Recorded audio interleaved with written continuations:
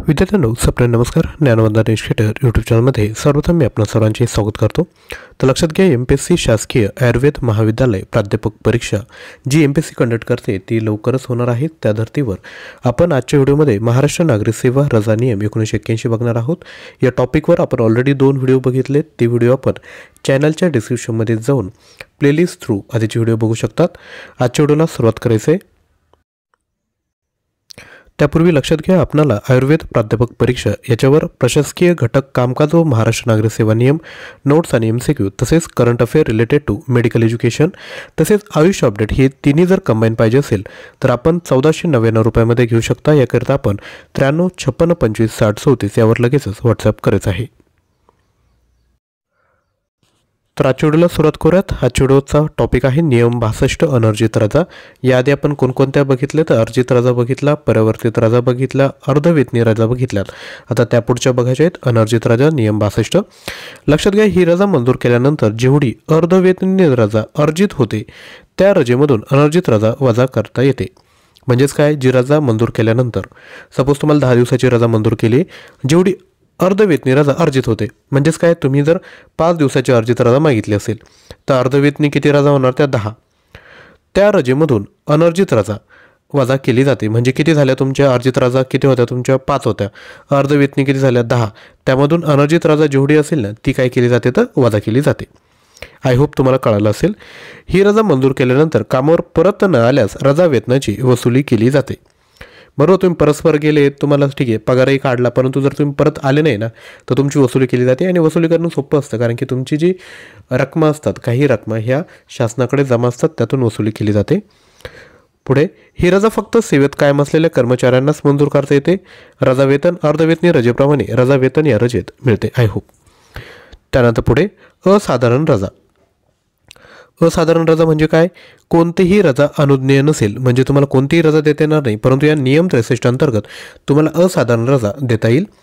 दुसऱ्या प्रकारची रजा अनुज्ञेय असेल परंतु शासकीय कर्मचाऱ्याने असाधारण रजाच मागितली असेल तर, सपोज तुम्ही अर्जित रजा सुद्धा घेऊ शकत होते, परंतु तुमचं म्हणणं काय की मला असाधारण रजा पाहिजे, तर याच्यात काय काय येतं ते बघूयात. रजा वेतन. या रजेमध्ये वेतन व महागाई भत्ता अनुज्ञेय नाही. ठीक आहे, पण रजेवर जाण्यापूर्वी ज्या दराने घरभाडे भत्ता व स्थानिक भत्ता दिला जात होता ते मात्र घरभाड्यावर त्या मुख्यालयात कर्मचारी खर्च करतोय असे प्रमाणपत्र सक्षम अधिकाऱ्यांनी देणे गरजेचे आहे. शासन निर्णय दिनांक 4/9/2000 याबाबतची खात्री सक्षम अधिकाऱ्यांनी करणे गरजेचे असून त्याचे समाधान झाल्यावर सदर फायदा देता येईल. म्हणजेच काय, तुमचं सपोज आता तुम्ही पेमेंट जर माहीत नसेल तर लक्षात घ्या, सुरुवातीला तुमचं मूळ वेतन असतं. सपोज मूळ वेतन मी पकडलं 43,500 मूळ वेतन पकडलं, त्यावर तुम्हाला काय भेटतो, एक महागाई भत्ता भेटतो. सध्या महागाई भत्ता किती चालू आहे तर 40% महागाई भत्ता चालू आहे. 50% चालू आहे. 50% महागाई भत्ता याच्यावर भेटतो. 50% कोणाच्या 43,500च्या ते किती होतात, साधारण 20,000 होतात. परंतु तुम्ही ह्या रजेवर जर असेल ना, हे तुम्हाला ॲडिशनल 20,000 भेटणार नाही असा अर्थ होतो. परंतु तुम्हाला घरभाडे भेटेल. घरभाडे किती असतात, 43,500च्या पकडून चला 15% 17% ते तुम्हाला भेटेल. बरोबर, असं या ठिकाणी सांगितलं आहे. परंतु घरभाडं कधी भेटेल तुम्हाला, जर प्रमाणपत्र दिलं कोणी सक्षम अधिकाऱ्यांनी की तुम्ही त्या ठिकाणी राहत आहेत, असं जर प्रमाणपत्र दिलं तर तुम्हाला मूळ वेतन आणि घरभाडं या ठिकाणी दिलं जाईल. आय होप तुम्हाला कळलं असेल. काही डाऊट असेल तर खाली आपण कमेंट करू शकता. त्यानंतर असाधारण रजा नियम 63. कायम सेवेतील कर्मचाऱ्याला कोणत्याही प्रकारची रजा 5 वर्षापेक्षा अधिक कालावधीसाठी मंजूर करता येत नाही. तुम्ही जास्तीत जास्त 5 वर्षाकरिता जाता येते. लक्षात घ्या, अस्थायी कर्मचाऱ्यांना ही रजा खालील मर्यादेपर्यंत मंजूर करता येते. तर पहिला बघूयात, कोणताही कर्मचारी वैद्यकीय प्रमाणपत्राशिवाय 3 महिन्यांपर्यंत ही रजा घेऊ शकतो. 3 वर्षांच्या सेवेनंतर वैद्यकीय प्रमाणपत्राच्या आधारे 6 महिन्यापर्यंत, म्हणजे जर तुम्हाला सर्व्हिसला जॉईन होऊन 3 वर्ष झाले तर वैद्यकीय प्रमाणपत्राच्या आधारे तुम्ही 6 महिन्यांपर्यंत सुट्टीवर जाऊ शकता. 5 वर्षानंतरच्या सेवेनंतर वैद्यकीय प्रमाणपत्राच्या आधारे किती तर 12 महिन्यांपर्यंत तुम्ही सुट्टीवर जाऊ शकता. 1 वर्षाच्या सेवेनंतर जर कर्करोग झाला, मानसिक रोग झाला तर यासाठी तुम्ही 12 महिन्यांपर्यंत रजेवर जाऊ शकता. 1 वर्षाच्या सेवेनंतर क्षयरोग झाला, कुष्ठरोग झाला तर 18 महिन्यांपर्यंत तुम्ही सुट्टीवर जाऊ शकता. 3 वर्षाच्या सेवेनंतर लोकहितार्थ उच्च अभ्यासक्रमासाठी तुम्हाला 24 महिन्यांपर्यंत ही सुट्टी मंजूर करता येते. तर कोणती, असाधारण रजा नियम 63. लक्षात घ्या. आय होप तुम्हाला कळालं असेल. तुम्ही जर आपलं मटेरियल घेतलं नाही, यासारख्या नोट्स म्हणजे रजा नियममध्ये तुम्हाला फक्त ह्या नोट्स नाहीत, बाकी पण नोट्स भेटणार आहे तुम्हाला वेगवेगळ्या, ते सगळं भेटेल. तर माझं तुम्हाला आवर्जून विनंती असेल की तुम्ही जर मटेरियल घेतलं नसेल तर नक्की मटेरियल परचेस करा, बरोबर. आणि तुमचा जो फीडबॅक आहे तुम्ही तो यावर देखील कमेंटमध्ये देऊ शकता. त्यानंतर पुढील आहे विशेष रजा. यामध्ये येते प्रसूती रजा, गर्भपात रजा, नियम 74. माहिती घेऊयात. महिला शासकीय कर्मचाऱ्यांना प्रसूती रजा खालीलप्रमाणे अनुज्ञेय असेल. पूर्वशर्त 2पेक्षा कमी हयात मुले असावी. म्हणजे तुम्हाला शर्त काय की 2च मुलं असले पाहिजेत, बरोबर. तिसऱ्या मुलांसाठी तुम्हाला ही भेटणार नाही. महिला कर्मचाऱ्यांना 180 दिवस पूर्ण वेतनी रजेच्या स्वरूपात ही रजा दिली जाते. किती 180 दिवसापर्यंत तुम्ही जाऊ शकता. पूर्ण वेतनी तुम्हाला पूर्ण पेड लीव तुम्हाला या ठिकाणी भेटेल. शासन निर्णय 15/1/2016 नुसार अस्थायी महिला कर्मचाऱ्यांना पूर्ण वेतन अनुज्ञेय असणार आहे. अस्थायी महिला कर्मचाऱ्यांकडून सेवा समाप्तीनंतर 2 वर्षे सेवा करण्याची हमीपत्र या ठिकाणी लिहून घेतलं पाहिजे. त्यानंतर पुढे विशिष्ट रजामध्ये नियम 74 बघतोय. प्रसूती रजा, गर्भपात रजा, नियम 74. याशिवाय शासन निर्णय 28/7/1995 प्रमाणे या रजेस बाल संगोपनासाठी 60 दिवसांची परावर्तित रजा व अनर्जित रजा किंवा अनुज्ञेय रजा धरून 1 वर्षांपर्यंत मंजूर करता येईल. म्हणजे तुम्ही ही रजा तर घेतली, बरोबर, 180 दिवसांची.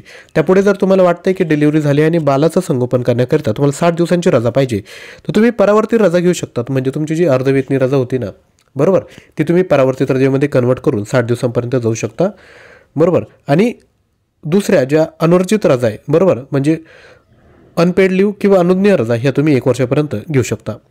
त्यानंतर विकलांग अपत्य असल्यास महिला कर्मचारी व पत्नी नसलेले पुरुष कर्मचारी यांना संपूर्ण सेवेत 730 दिवस विशेष रजा अनुज्ञेय असणार आहे. त्यानंतर पुढे जाऊयात. गर्भस्राव व गर्भपात या केसमध्ये तर लक्षात घ्या, प्रसूती रजेच्या वरील अटी शर्तींच्या अधीन राहून संपूर्ण सेवेच्या कालावधीत 45 दिवस परंतु 2पेक्षा कमी हयात अपत्य ही अट यासाठी लागू नये. म्हणजे तुम्हाला तिसरं अपत्य असेल तरी चालेल, परंतु सपोज गर्भपात झाला किंवा इतर जर गोष्टी झाल्या तर पूर्ण सर्व्हिसमध्ये तुम्ही 45 दिवसांपर्यंत ही रजा घेऊ शकता.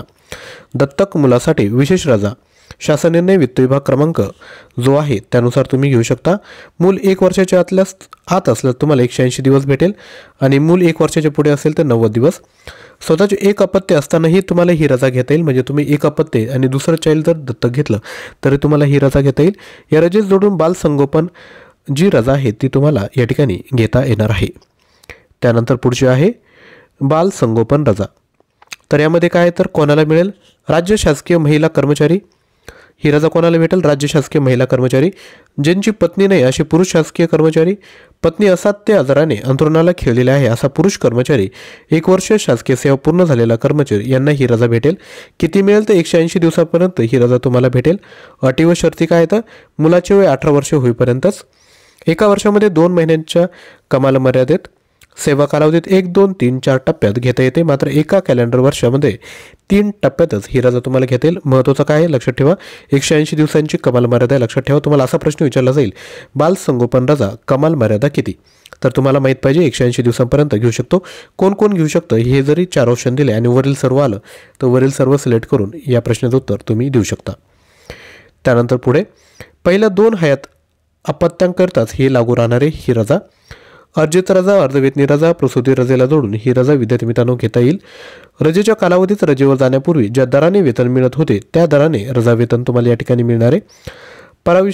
पराविक्षादित कालावधी ही रजा मिळणार नाही. म्हणजे जर तुम्ही प्रोबेशन पिरियड तुमचा चालू आहे, तुम्हाला स्थायित्व भेटलेलं नाही तर ही रजा तुम्हाला राहणार नाही. रजा हक्क म्हणून तुम्हाला ही रजा मागता येणार नाही. रजेचा हिशोब शासन निर्णय नमूद केलेल्या विहित नमुन्यात ठेवायचा आहे. शासन निर्णय क्रमांक या ठिकाणी हा दिला आहे. तसेच विद्यार्थी मित्रांनो लक्षात घ्या, हे आयुर्वेद प्राध्यापक परीक्षेकरता जर तुम्हाला आयुर्वेद जे 14 टॉपिक दिले आहेत त्यावर मल्टिपल चॉईस क्वेश्चन पाहिजे असेल तर आपण घेऊ शकतात. यामध्ये टॉपिक वाईज तुम्हाला 1350 प्रश्न भेटणार आहे आणि जे इतर 10 उरलेले टॉपिक आहे त्यावर 1650 प्रश्न तुम्हाला भेटेल. यामध्ये एकूण 3000 प्रश्न आहेत. याची प्राईज आहे 1499 रुपये. MPSC आयुर्वेद प्राध्यापक परीक्षा याकरता मी ऑलरेडी तुम्हाला डिटेल्स सांगितले. त्याची प्राईज आहे 1499. जेव्हा तुम्ही दोन्ही कंबाईन घेशाल ना तर तुम्हाला आयुर्वेद सिलेबस आणि हा MPSC आयुर्वेद टीचर असे 2 वेगवेगळे फोल्डर भेटेल.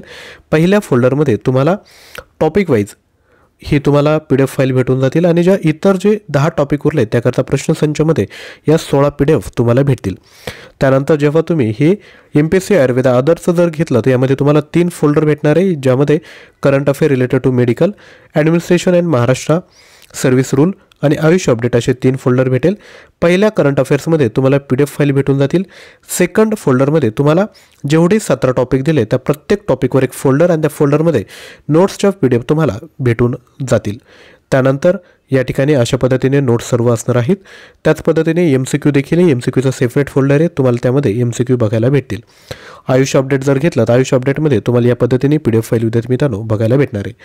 लक्षात घ्या, परीक्षेची तारीख अजून जाहीर झाली नाहीत, परंतु लवकरच होणार आहे. चांगल्या पद्धतीने अभ्यास करायचा असेल तर लगेचच प्रश्नसंच विद्यार्थी मित्रांनो परचेस करा. परचेस करण्याकरिता 9356566034 यावर व्हॉट्सअप करा. आजचा व्हिडिओ आवडला असेल तर नक्की लाईक करा, शेअर करा आणि चॅनलवर नवीन असाल तर चॅनल सबस्क्राईब करा. थँक्यू.